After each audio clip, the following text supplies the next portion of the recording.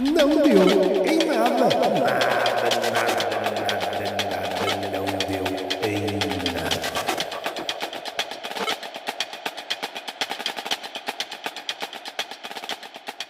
Esse monumento sentimental, esse cubo, apesar de já ter tido outras formas, funcional, romantizado. Esse abrigo, com hipoteca, essa prisão forrada a almofadas, plantas e alcatifas, esse altar do imobiliário moderno, onde o humano contemporâneo deposita os seus sonhos, irmana os seus fantasmas, os seus sofás e a sua coleção de frustrações em molduras do IKEA. A casa, tão celebrada por todas as culturas, tão fotografada, tão inalcançável, tão ilusória. Vamos dizer com todas as letras e com alguns números herdados num Excel onde estivemos a fazer contas à vida e percebemos que não dá. Que a arquitetura recusa-se a inscrever-se nas plantas. A casa não é um lar, é algo que nos possui. A casa, enquanto túmulo decorado, onde esperamos pela mortalidade com velas aromáticas. Pintámos as paredes de bege da nossa prisão e chamámos a isso segurança. Evoluímos das cavernas. Em vez de nos libertarmos do abrigo, refinámo-lo até ao absurdo. Não vamos sair da caverna, caro Platão. Vamos decorá-la. Transformámos o esconderijo do predador em cenário do catálogo da Zara Home. E o pior, gostámos. Chorámos de emoção quando encontramos a casa ideal. Que oxímoro. Que é, na verdade, uma sucessão de compartimentos geométricos com janelas. Uma espécie de Lego para adultos. Assinamos contratos de décadas. Por paredes, não podemos riscar. Enchemos os espaços de objetos que não usamos. Vivemos esmagados pelo conforto. Isto, entre aspas. A casa moderna não protege. Vampiriza-nos o salário.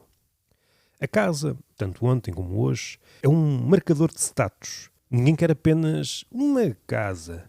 Querem aquela casa. Com luz natural, com open space, com pormenores arquitetónicos de fazer inveja até ao gajo mais burguês. Com plantas que não se encontram facilmente e que morrem silenciosamente se nós não lhes cantarmos uma música às 3 da manhã. Mais importante, vocês querem que os outros saibam. A casa é palco. A casa é um estúdio retrabalhado para a selfie. A casa, no fundo, é o fundo da videoconferência, cuidadosamente curado para parecer casual. A casa não é onde vivemos. Isso era antigamente. A casa é onde nos exibimos. Falemos do mercado imobiliário. O jogo de tabuleiro do desespero adulto. A casa tornou-se um produto. O lar foi substituído pelo metro quadrado. Comprar casa é um privilégio reservado a herdeiros, narcotraficantes ou influencers cujo cérebro já teve melhores dias. As pessoas assinam contratos que duram mais do que casamentos. As rendas são tributos modernos pagos aos deuses da especulação. Herdeiros dos deuses arcaicos, aqueles sedentos de sangue. Sabendo tudo isto, repetimos a ladainha. Um dia ainda terei a minha casa. A casa é vendida como refúgio. É também a cápsula onde nos isolamos, onde nos escondemos, onde empurramos a solidão para dentro dos armários. Mas recuemos. Tudo começa com a narrativa primitiva humano pré-histórico, frágil, peladinho, a tremer ao relento, perseguido por predadores. Precisamos de um abrigo, disse alguém, em português. E voilá! Cavernas, cabanas, tendas, palhotas, o começo da civilização. Mas há um detalhe omitido. Com o abrigo veio a primeira prisão. Entraste, fechaste a porta e pronto. Já não eras livre. Eras morador. O abrigo deu-te teto, mas tirou-te o horizonte. E criou, sem querer, o primeiro sem-abrigo. A casa é igual a dívida. Isto tem de estar na próxima edição dos dicionários. O marketing chama de sonho da casa própria. Na prática, é o casamento arranjado com um banco. Tu não possuis a casa possui-te. Cada parede é um lembrete de juros, cada tijolo uma fatia da tua vida em prestações. E se não pagares? Adeus, lar. De repente o teu porto seguro revela-se um pedaço de cimento descartável que nunca foi teu de verdade. As casas revelam um fetiche da posse. O ser humano não quer só uma casa, quer a sua casa, quer dizer que tem uma, quer distingui-la, decorá-la, customizá-la, pintar paredes de cores absurdas, pendurar quadros comprados no IKEA e acreditar que é único. Por mais que personalizes o teu abrigo, no fundo todas as casas são iguais. 4 paredes, um teto de visões arbitrárias e um espaço que cheira a mofo. A diferença é só o preço obsceno e a quantidade de almofadas decorativas. Poetas, canções, anúncios de detergente, todos repetem um mantra. Lar é onde o coração está. Se assim fosse, os hospitais, lar doce lar. Os cardiologistas não me deixam mentir. Lar é onde está a tua escova de dentes, rapaz. E o router de internet. A verdade é dura. A casa não é lar. Lar és tu a inventares uma desculpa para não sentir que estás encurralado entre paredes que um pedreiro anónimo levantou.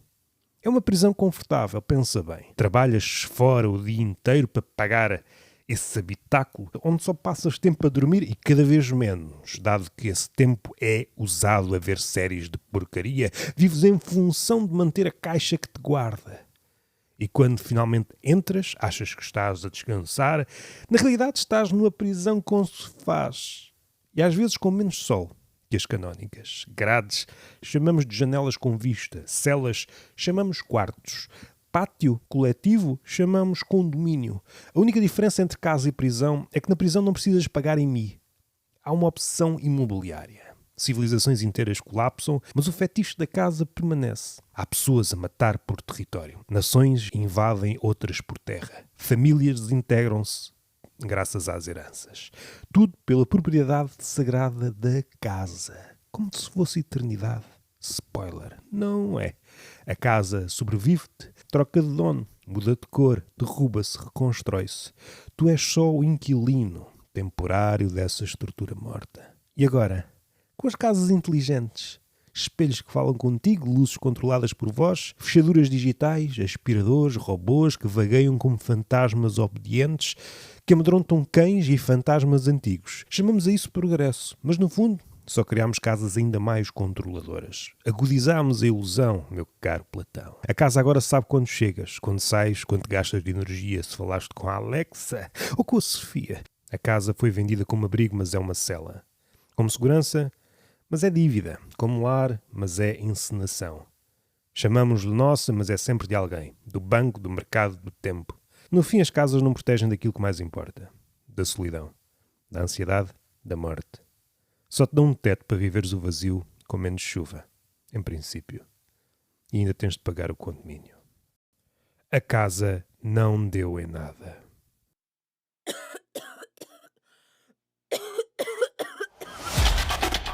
Não deu!